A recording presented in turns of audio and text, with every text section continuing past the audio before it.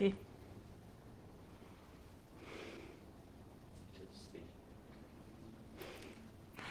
So whenever we click in, my name's Maggie Mesa, and I am going live this afternoon for episode 9 of my marketing meeting series.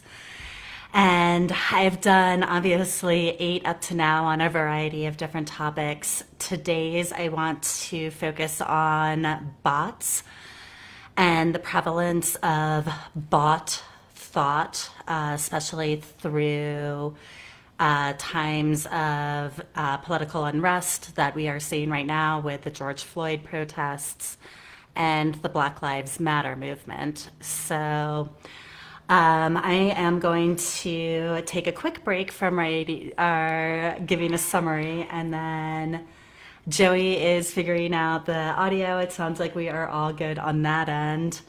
And I am going to make sure that this is shared onto my personal page, and I start a watch party also.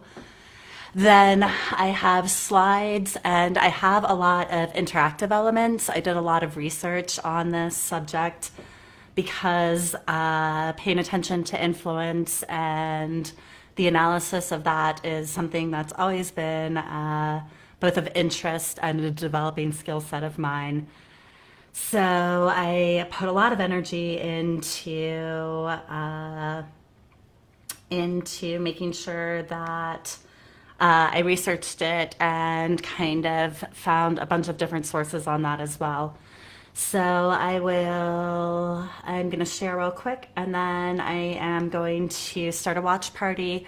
We'll get going with slides, and then there will be snippets from the different sources that I found to make this super interactive. So at any point in time, make sure that you're just popping in and saying hi, and I'll make sure to really keep an eye on the feeds for engagement also.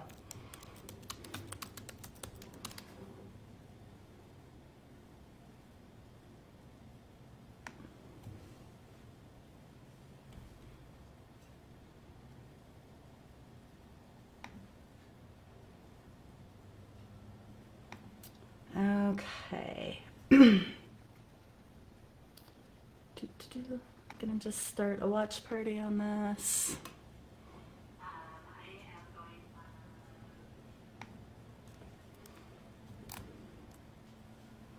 Okay.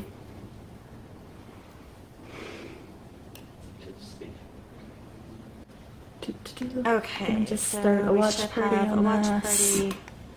And then I'm just going to send a handful of invites, and then I will get going on the rest of the interactive elements. So let me go ahead and pop on the slides on the one side, and I'll just have my agenda up here, but I don't need to reference anything in yet. Oh, and then the other quirk to this is that when I play the sources, Joey's gonna have to give me a clue for when the end point of those are. I wrote down all of the starting points of the reference clips, but I don't have the final ones. So bear with me as I work through those sources. But again, I want to make sure that those are just referenced. So, okay. As I said before, the topic of this specific marketing meeting is bots and bot thought, and what I have been seeing online and what I have been learning about actually sock puppet accounts and how those are interacting right now. Over the last couple of weeks, I have seen more of them than ever before in probably an 8-year career that I've been paying attention and analyzing just even amateurishly different trends and social strategies. And within the last 14 days or so, the uprising of them has been really notable, and that coincides very specifically to the Black Lives Matter movement. So I want to make sure that I am walking the boundary between utilizing my voice and my platform and my skill set to both contribute how I can towards the political movements that we are seeing right now, as well as respect other voices and the predominance of the protests and the actual marches that are happening.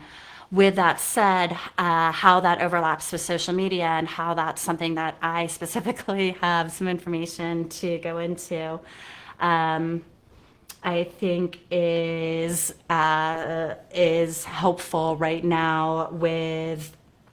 I'm just going to hit my notifications real quick. Is helpful with the overall.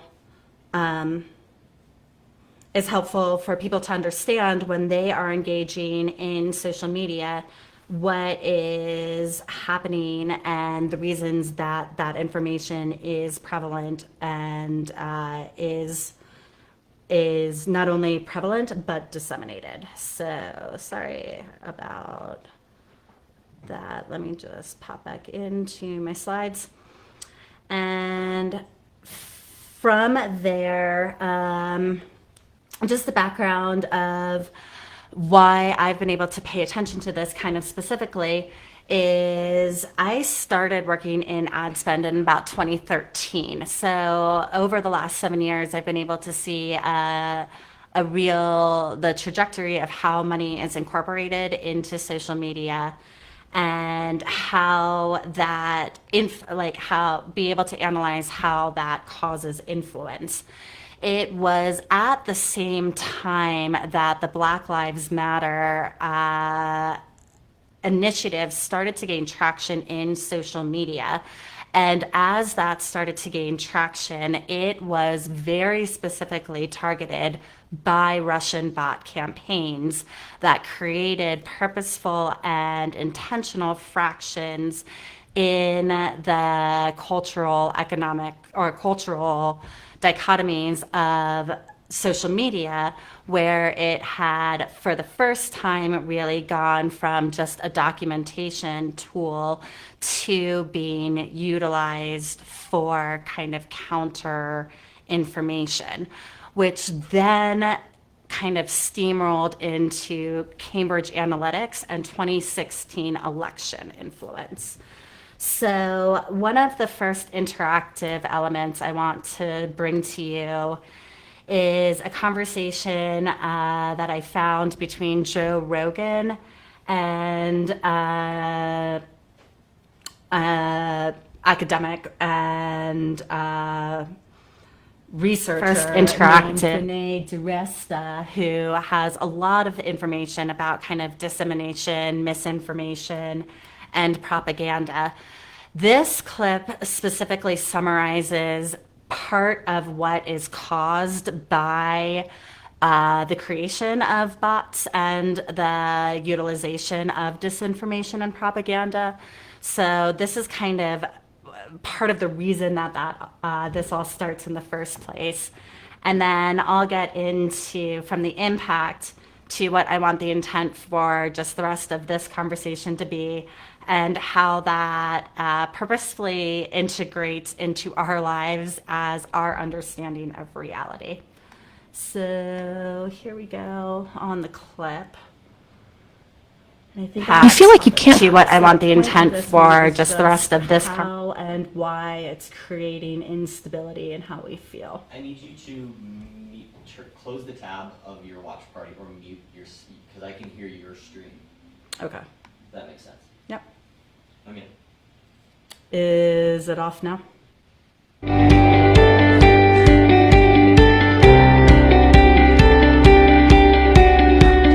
I open?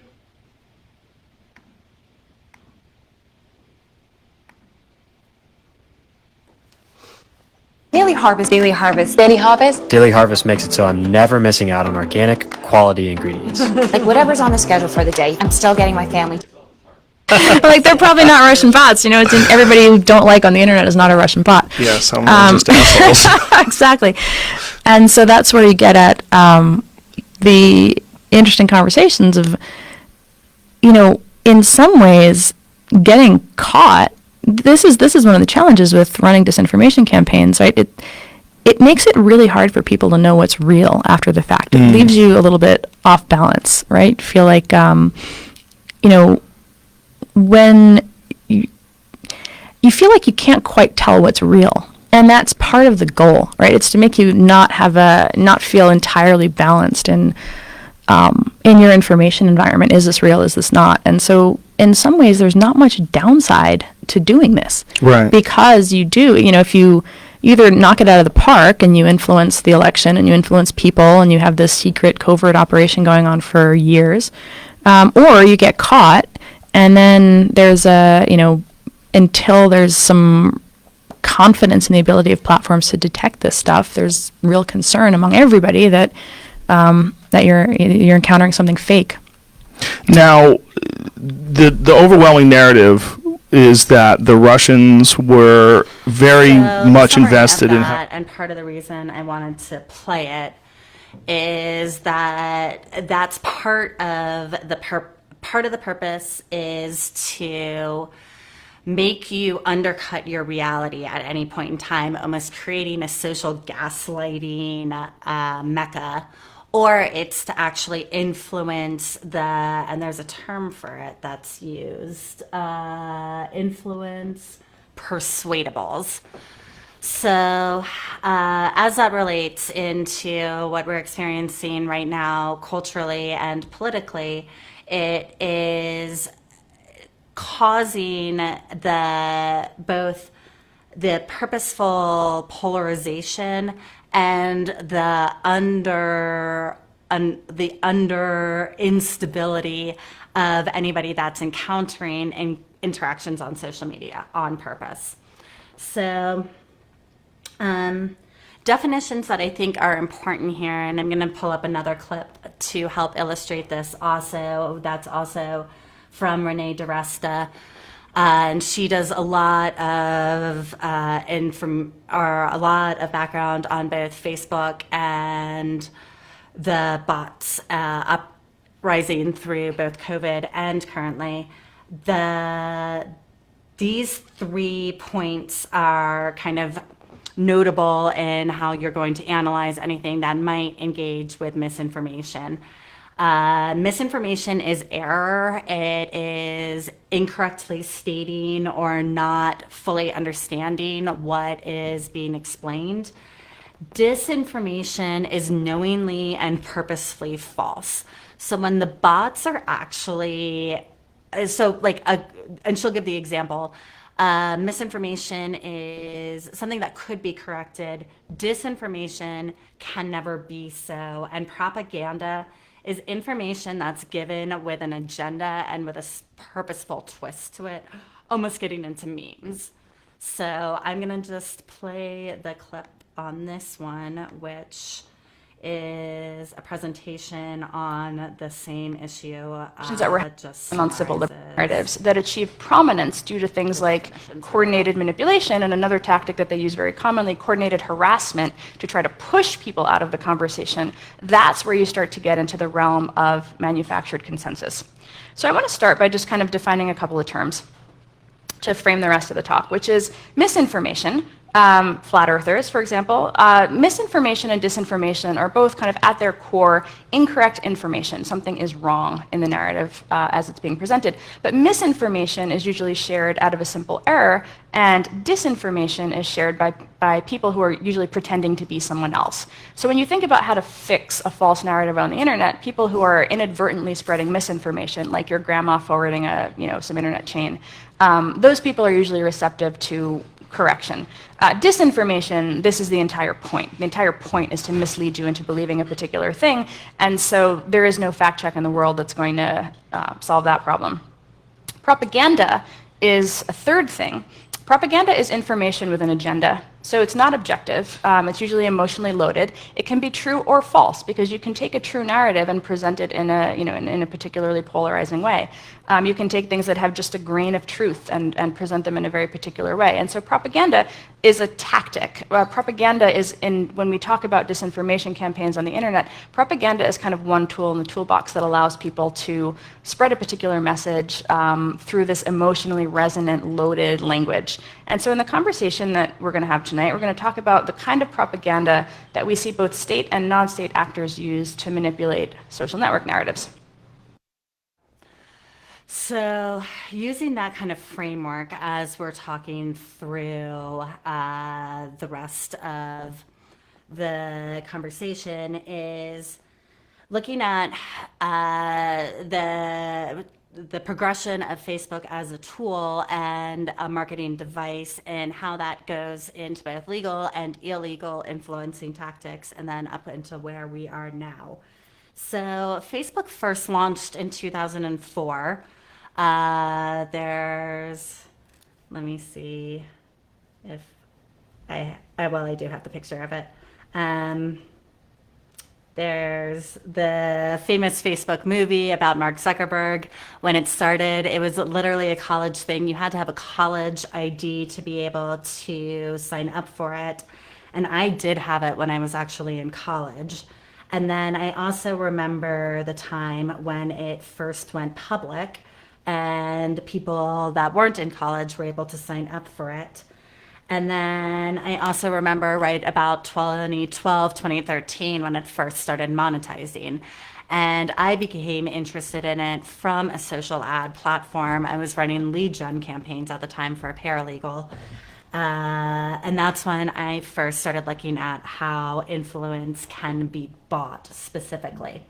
It was right about the same time, and I've got another clip to show about how bots first started getting involved in the anti-vax movement, and then the strategy that they utilized, which is creating pages, infiltrating the pages, and infiltrating the groups, and how in that 7-year period of time, the groups have become the really active political fractions they are now. So here's a little bit of context on the anti-vax portion of it. And then I'll get into how the bots also integrate into the Black Lives Matter and how that gets into Cambridge Analytics. Yeah, let me. You got it. Well, through kind of deliberate, through really kind of coordinated. I wanted to, put them on preschool lists where I was going to fit with the parents, basically, as someone who vaccinates. And I started looking at the way that small groups were able to kind of disproportionately amplify messages on social channels. And some of this was through very legitimate activity, and then some of it was through really kind of coordinated, deliberate attempts to kind of game ways that algorithms were amplifying content, amplifying particular types of narratives. And I thought it was interesting, and I started writing about it. And I wound up writing about ways in which hashtag gaming, ways in which people were kind of using automation to just be in a hashtag all the time. So it was kind of a way to really gain control of share of voice, and what that meant when very small groups of people could achieve this kind of phenomenal amplification, and what the pros and cons of that were. And then this was 2015. So the way that this sort of awareness of social media challenges came about was actually when I was working on this. Other people were looking at it from the same, looking at the same tactics, but how they were being used by ISIS, by the terrorist organization. And there also, you had this very small group of people that managed to use bots and amplification to really kind of own a narrative, really push this brand, this digital caliphate, to kind of build it on all social platforms almost simultaneously. And the ways in which information was hopping from one platform to another through kind of deliberate coordination, and then also just ways in which information flows kind of contagion style. And I wound up working on thinking about how the government was going to respond to the challenge of terrorist organizations using American social platforms to spread propaganda. So what we came to realize was that there was just this information ecosystem, and it had evolved in a certain way over a period of about 8 years or so, and the kind of unintended consequences of that. And the way that Russia kind of came into the conversation was around October 2015, when we were thinking about what to do about ISIS, what to do about terrorism, and terrorist kind of proliferation on social platforms. This was right around when Adrian Chen had written the article "The Agency" for the New York Times, and that was one of the first big exposés of the Internet Research Agency. The first time an American journalist had gone over there and actually met the trolls, been in St. Petersburg, and began to write about what was happening over there and the ways that they had pages that were targeting certain facets of American culture.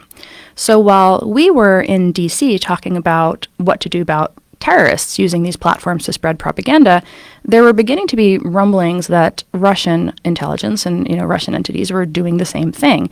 And so the question became, can we think about ways in which the internet is vulnerable to this type of manipulation by anyone, and then come up with ways to stop it. So that was how the Russia investigation began, was actually around 2015, a handful of people started looking for evidence of Russian bots and trolls on social platforms. So 2015, if we think about social media and the birth of social media, essentially it had only been alive for, what was Twitter, 2007, I believe? I think so, yeah. Something like that. So. Okay, so if they can hear me, keep that, but I do want to pull up another source, and that is the hashtag use analysis of the Black Lives Matter movement, and how that coincides to what we were talking about with the anti-vax movement that she had noted as well. So what she was talking about is this time frame right in here between 2014 and 2015, and how the hashtag was first utilized and literally is incorporated and spikes then through now. And as you can see, this also coincides with a lot of the protesting that was happening at the same time. Freddie Gray, notably in April 15, and then Bernie Sanders using it, and onward. So there are, there's another couple places.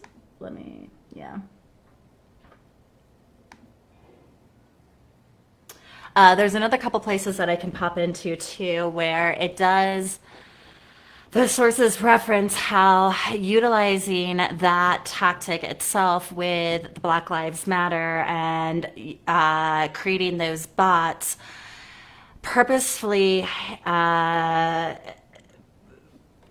integrates into first the pages and then the groups, going from the groups into the actual community and then created from there. So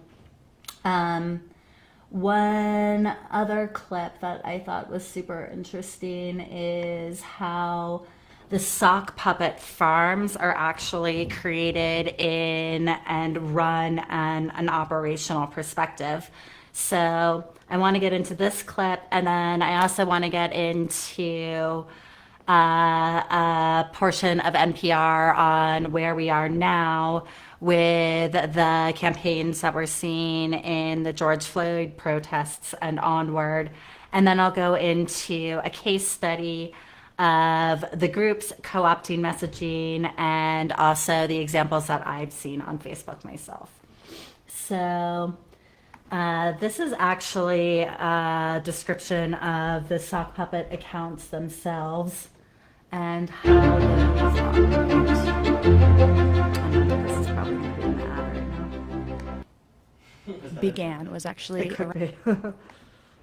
Black LGBT people. Make sure you don't use white people in your image and your meme, because that's going to trigger them. So trying to get at the very niche, is it up to speed on popular memes and things like that. And so you do see this, and then the other thing that they do is they talk about in the Mueller indictment, you see some really interesting descriptions of the stand-ups that they have. Stand-up is a thing you do at a tech company where everybody kind of stands up and talk about your goals and responsibilities and blockers and things. And in these stand-ups, they would be sitting there saying things like, if you're targeting Black LGBT people, make sure you don't use white people in your image and your meme because that's going to like trigger them. So trying to get at the very niche rules for for communicating authentically in an American community, which is online. You sometimes there are very specific ways in which a community expects a member of that community to communicate. Yeah. And so they are in there, and you can read in these filings by Mueller's team and by the Eastern District of Virginia, the degree of granularity that they have to recognize that if you are running a Black LGBT page and your meme is of white people, you're going to cause some tension and consternation. And assuming that that's not necessarily what you want to be doing, you should go find the meme of Black LGBT people to put in the, to put as your meme for the day. So there's a lot of sophistication. There's a lot of understanding of American culture. And then there's a lot of understanding of trolling culture. And so these things combine to be a rather effective very effective social media agency. And is there an overwhelming sort of narrative that they're trying to pursue, that they're trying to push? So what we saw, I did some of the research for the Senate, and the Senate data came from the platforms. So what I had was the attribution was made by the platforms. It wasn't like Renee deciding this was IRA. It was the platforms giving it to our government. And the information in there, what it showed was that across all platforms, across Twitter, across Facebook, Instagram, YouTube, they were building up tribes. So they were really working to create distinct communities of distinct types of Americans. And that would be, for example, there's an LGBT page that is very much about LGBT pride. There's And they created it. And they created it. And they curate it, and they curate it. It has there's like a persona. A lot of the posts on the LGBT page were written by what sounded kind of like a millennial lesbian was the voice. So it was a lot of, memes of LGBT actresses, and they would brand it with a specific brand mark. It was a rainbow heart. LGBT United was the name of the page. It had a matching Instagram account, which you would also expect to see from a media property, right? You would expect them to see in both places. And this, And what were they pushing? It read like a young woman talking about crushes on actresses and things. Actually, it was really, besides the sometimes wonky English, virtually indistinguishable from what you would read on any kind of like young millennial focused social page. It wasn't. None of it was radical or divisive. It wasn't like the way that they got the division across was they built these tribes where they're reinforcing in-group dynamics. So you have the LGBT page, you have numerous pages targeting the Black community. That was where they spent most of their energy. A lot of pages targeting far right. So both old far right, meaning people who are very concerned about what does the future of America look like, and then young far right, which was much more angry, much more like trolling culture. So they recognize that there's a divide there, that the kinds of memes you're going to use to target younger right-wing audiences are not the same kinds of memes you're going to use to target older right-wing audiences. So there's a tribe for older right-wing, younger right-wing. In the Black community, there's a Baptist tribe. There's a Black liberation tribe. There's a Black women tribe. There's one for people who have incarcerated spouses. There's a Brown Power, I believe was the name of it, page that was very much about Mexican and Chicano culture. There was Native Americans United. And all of these are fake. All these are fake. All these are fake. And what are they trying to do with all these? So you build up this in-group dynamic, and they did this over years. So this was not a short-term thing. They started these pages in 2014, 2015 timeframe, most of them. They started some other ones that were much more political later. We can talk about the election if you want to. But with this tribal thing, you're building up tribes. So you're saying, like, as Black women in America, this is here's posts about things that we care about. Here's posts about Black hair. Here's posts about child rearing. Here's posts about fashion and culture. And then every now and then there would be a post that would reinforce, like, as Black people, we don't do this. And so, or as LGBT people, we don't like this. And so you're building this rapport. So like me and you, we're having a conversation, we're developing a relationship on this page over time. And then I say, like, as this kind of person, we don't believe this. So it's a way to subtly influence by appealing to an in-group dynamic, or appealing to, like, as members of this tribe, as LGBT people, of course we hate Mike Pence. As Black people, of course we're not going to vote because, we hate Hillary Clinton because we hate her husband. As people who are concerned about the future of America, as Texas secessionists, so everything is presented as members of this tribe. We think this. As members of this tribe, we don't think this. But a lot and of the that's where you posts, see the. sorry, but a lot of the posts were not even political. They were just sort of affirming the standards of the tribe. Yes. So they were kind of setting up this whole long game. Yep. And then once they got everybody on board, how many followers do these pages have? So there was kind of a long tail. There were, I think, 88 pages.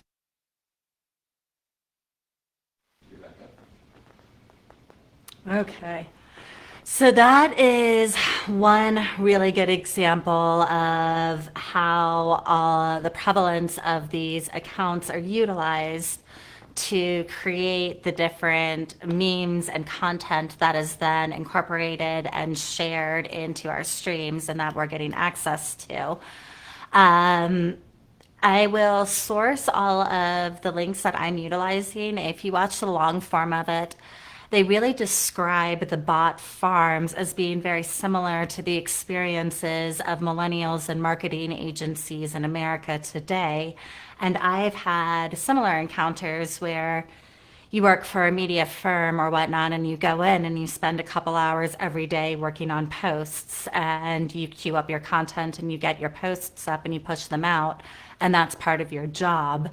What she started with that clip with explaining was that they would have team settings, and everybody stands up and talks about how they are trying to utilize and incorporate into the voice of these different targeted tribes of segmented American culture.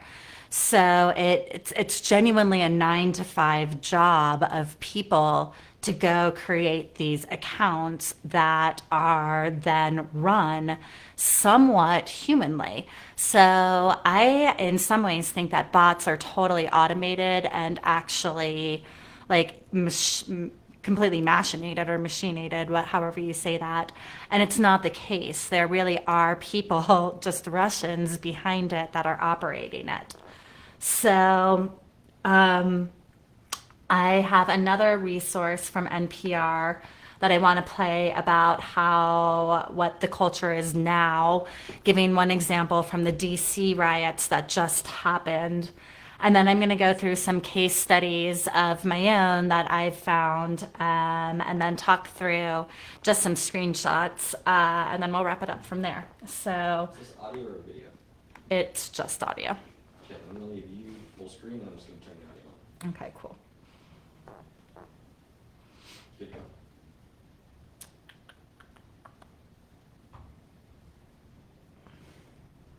A powerful image. This message comes from NPR sponsor Fidelity Wealth Management. At Fidelity, you'll have access to personalized advice for market movement and flexible strategies for changing priorities. Learn more at fidelity.com/wealth. Fidelity Brokerage Services, LLC. A powerful image of the protests here in Washington circulated on social media Sunday night. A completely fake image, completely made up. An image showing a fire going halfway up the Washington Monument. Not reality, just a screen grab from a TV show. It was part of a sophisticated disinformation campaign that was launched as the United States is in the midst of a public health and economic and political crisis. NPR's Miles Parks covers election security and disinformation. Miles, good morning. Hi, Steve. Why would somebody spread that particular image? So the main storyline, it all kind of goes into this kind of conspiracy theory that somebody, we're not sure who, was trying to spread. And the story basically goes like this. They were trying to push this narrative that at some point Sunday evening, the government managed to shut down all communication and internet services in Washington, D.C. So that way protesters wouldn't be able to post things on social media and police would be able to use more force. Now, we know this is not true. And come Monday morning, a bunch of reporters wake up to tens of thousands of tweets about about this specific storyline, and they start posting, things that say, no, this didn't happen. I was there. I was able to tweet and email without any issue. But the DC blackout hashtag that went along with this had already taken off, and it's been mentioned more than 1 million times on Twitter already. Okay, so lots of people get that message. It's not clear that everybody gets the debunking of it. Was that the end of the disinformation campaign? It wasn't. And that's where this campaign gets really sophisticated. Once it starts being debunked by all these reporters, a network of hacked accounts and other bots, other automated accounts jump in to say, basically give a PSA that says, oh, that's fake, that's misinformation, don't listen to it, which then prompts this third round of sort of reverse psychology effect on some people, feeling like, oh, if the bots are saying it's fake, then they want me to believe that, and maybe this is actually real. So then you get another flood of posting about the fact that there's automated accounts debunking it, if that makes sense. Any idea who orchestrated all of this? It's not exactly clear at this point. It was definitely a well-funded and well-organized effort, is what experts told me. It's not just somebody sitting in their basement on a whim deciding to do something like this. I talked to Darren Linville, who's a professor at Clemson who studies disinformation campaigns on social media. He didn't want to assign blame, but he was willing to at least say it fits the Russian game plan of throwing out multiple conflicting narratives. That is a classic Russian move. I mean, that's sort of creating a double negative to make one question everything one believes there is no truth is what they do best. Now, he was really clear that this does not mean it definitely is the Russians, but just that their playbook is out there for anyone who has enough resources and wants to sow this sort of chaos on social media. Is there something about the chaos on the streets or the protests on the streets that make people particularly vulnerable to this kind of disinformation? Yeah, there is. That's what Linville said. I asked him the exact same question. Here's what he told me. There has been a spike in social media use in general, and you combine that with something that is so emotional that people are going to have visceral reactions to, and they're going to be more primed to believe whatever it is you're going to plant in their mind. And then you add in the fact that this protest movement is sort of based on the very idea that many official sources of information are not necessarily to be trusted, and it all kind of feeds into this environment that bad actors can take advantage of online. Miles, thanks. Thank you, Steve. Cool. So yeah, that was sent to me from a friend pretty closely to when I started seeing a bunch of bots myself, and I started posting about it and just running it through stories. And then they sent me that article, and then I dug into, someone else sent me the Joe Rogan video, and then I've dug into it from there. Another source is on Netflix, and that's called The Great Hack. I pulled a couple different clips of conversations talking about Cambridge Analytica from that. Just in the interest of time, I don't necessarily want to play that also, but it is on Netflix. If you haven't watched it, it is worth it because it really goes into how not marginalized necessarily, but by segmented, possibly marginalized communities are the subject of all of these memes that are then utilized towards the subliminal actions, including, as we just heard on that NPR clip, of the image of DC burning that literally it was pulled from a video, and I remember seeing that. So what I have noticed, and this is a little video of an account that I think was memed and is a bot. And it starts with, let me see. Oh, here we go. Okay. So I saw this in my scroll. Obviously, it's disheartening on many reasons. And I clicked into the person. It's a very stereotypical background. He's literally Army, former Marine, worked in the United States Army. And notable, it says joined March 2009. A lot of the super conservative bots that I'm seeing are saying March to July 2009. I don't know if that's when they actually started and they've been farming them for that long. I have heard that there is like over a decade's worth of work and energy that goes into it. A lot of the groups, in fact, are farmed for years and years and years on end. So that's totally possible. This is another one, and I'll get one of the things that I note is just meme blasting, where you look at these accounts and all it is are just really stereotypical meme after meme after meme. There's nothing personalized. There's no direct information and there's no attributable personality. And they're pretty radicalized. They're not conversational memes. Then there's another one. This could just be like this one's on the verge of whether or not I actually think it's a person or not. It had the same type of memes. I messaged and said, "Hey." They wrote back with a thumbs up and a picture of a dirt bike. That could be so stereotypical. It's like actually a person or not. They ended up blocking me quickly. I've never actually been able to get a bot to engage long term, but again, there are actually people behind it, so it could be possible. This is another example that Renee gives of an account that went from utilizing memes of Kermit the Frog to then being called a army of God or army of Jesus. So when she was analyzing the memes on it, it was like 2 years of Kermit the Frog memes and then a year of Homer Simpson memes.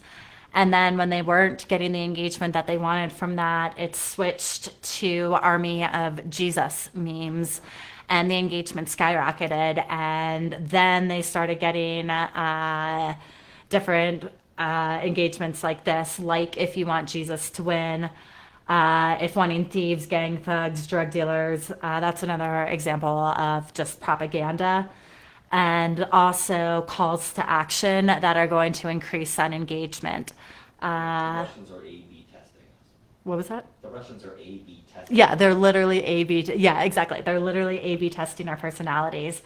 And Cambridge Analytica gets into that even more, where a lot of that's derived from those personality quizzes of like, what type of starlet are you or whatever.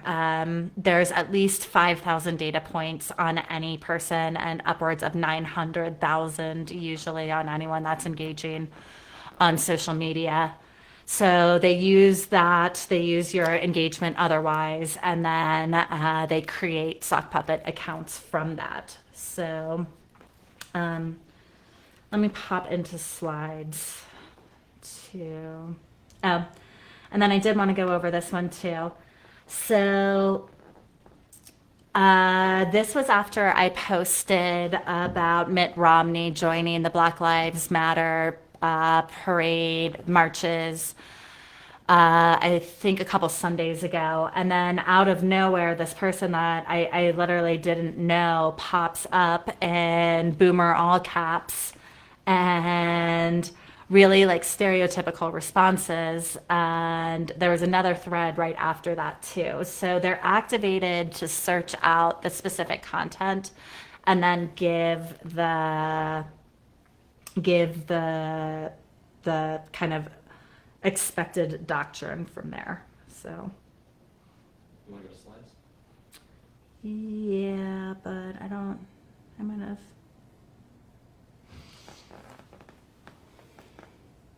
I had them in here, now they're not in here anymore.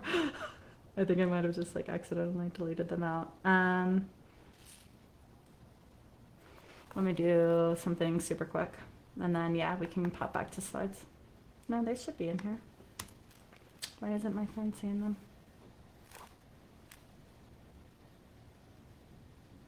There we go.